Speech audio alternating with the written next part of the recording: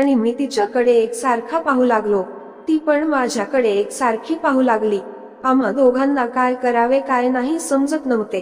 नमस्कार मित्रांनो, माझे नाव प्रतीक आहे.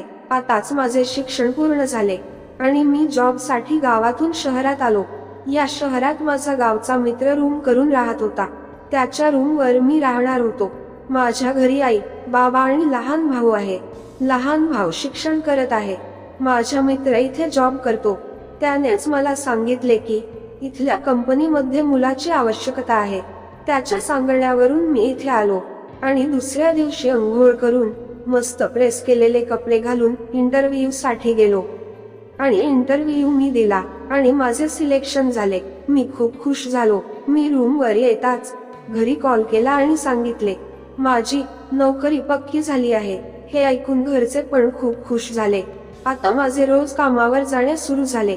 मी खूप खुश होतो. सर्व सुरळीत चालू होते. माझे 3 शिफ्ट मध्ये काम असायचे आणि माझ्या मित्राचे पण तसेच. तो सुट्टीचा दिवस होता. मी सुट्टीच्या दिवशी उशिरा उठत होतो. त्या दिवशी मी घरी कूलर लावून बसून होतो. ती दुपारची वेळ होती आणि उन्हाळ्याची वेळ असल्याने बाहेर ऊन खूप तापत होती आणि माझे दार वाजले. बाहेर एक साधारण 35 ते 40 वयोगटातील बाई आली. ती सामान विकणारी होती. तिच्या चेहऱ्यावरून ती खूप थकलेली दिसत होती. असे वाटत होते ती खूप चालून आलेली आहे, त्यामुळे ती दमलेली वाटत होती. तिने मला सर काही हवे का असे विचारले. मी तिच्याकडे बघितले आणि म्हणालो या बसानंतर तुमच्याकडे काय आहे दाखवा, कारण तुम्ही खूप थकलेले वाटत आहे. यावर ती म्हणाली हो ना साहेब, खूप फिरावं लागते आम्हाला. मी तिला पाणी आणून दिले आणि म्हणालो अजून काही हवं का, चहा की शरबत. ती काही नको म्हणाली. तरी सुद्धा मी शरबत बनवली आणि तिला आणून दिली. तर ती म्हणाली काय आवश्यकता होती शरबतची.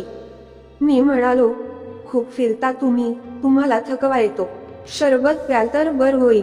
यावर ती म्हणाली साहेब तुमचा स्वभाव चांगला आहे. आणि ती आपले सामान दाखवू लागली. मी काही सामान घेतले आणि मी ऑनलाईन पैसे देऊ लागलो. ऑनलाईन पैसे ट्रान्सफर झाले पण तिला मेसेज नाही आला. मी तिला म्हणालो तुला पैसे आले आहे, तरी ती म्हणाली साहेब पैसेचा मेसेज मला आला नाही.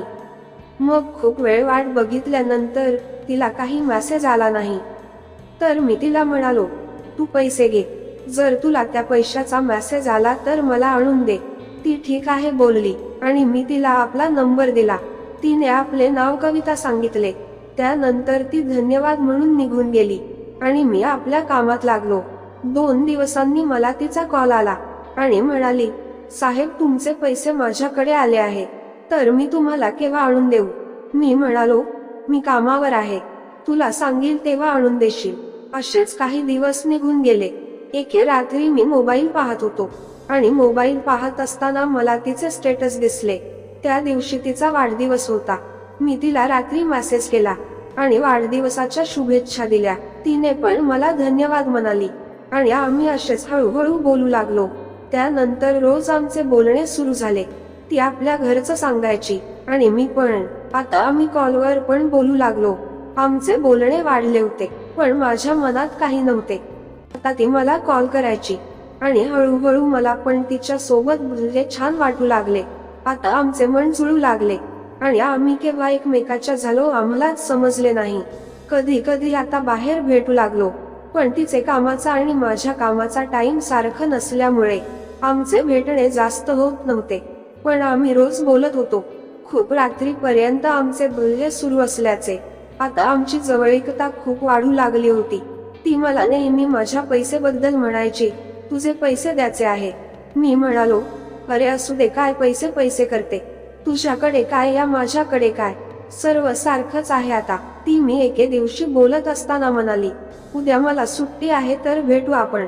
मी म्हणालो मला पण सुट्टी आहे आणि उद्या मी छान जेवण बनवत आहे तर ते घेऊन येईल मी. तर बाहेर भेटण्यापेक्षा मी तुझ्या घरीच येते आणि आपण सोबत जेवण पण करू. मी ठीक आहे म्हणालो. काही वेळानंतर ती माझ्याकडे आली. ती जशी माझ्या घरी आली मी तिच्याकडे पाहतच राहिलो.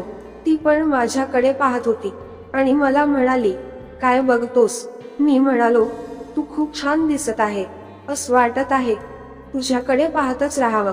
ती आता लाजली आणि म्हणाली काही पण बोलतोस. मी म्हणालो, खरंच ना, खूपच सुंदर दिसत आहे तू. आता मी तिच्या थोड्या जवळ, कारण तिला पाहून मी भारावून गेलो होतो. पूर्ण शरीरात एक वेगळीच ऊर्जा निर्माण झाली होती आणि ती जणू काही मला काही करण्यास प्रेरित करत होती. मी थोड्या जवळ जाताच ती थोडी मागे, मी परत जवळ. आता ती तिथेच थांबली. आता माझी हिंमत वाढली आणि मला कळले होते, तिच्या पण मनात वादळ निर्माण झाले आहे. आमच्या अंगात सर्वत्र विजा चमकत होत्या आणि आम्हाला त्या शांत करायच्या होत्या. त्यानंतर आम्ही एकत्र आणि वेळेचा आनंद घेऊ लागलो. तसेच आता एकमेकांना प्रतिसाद देऊ लागलो. खूप वेळ अशाच आल्यानंतर आमचं वादळ शांत झाले.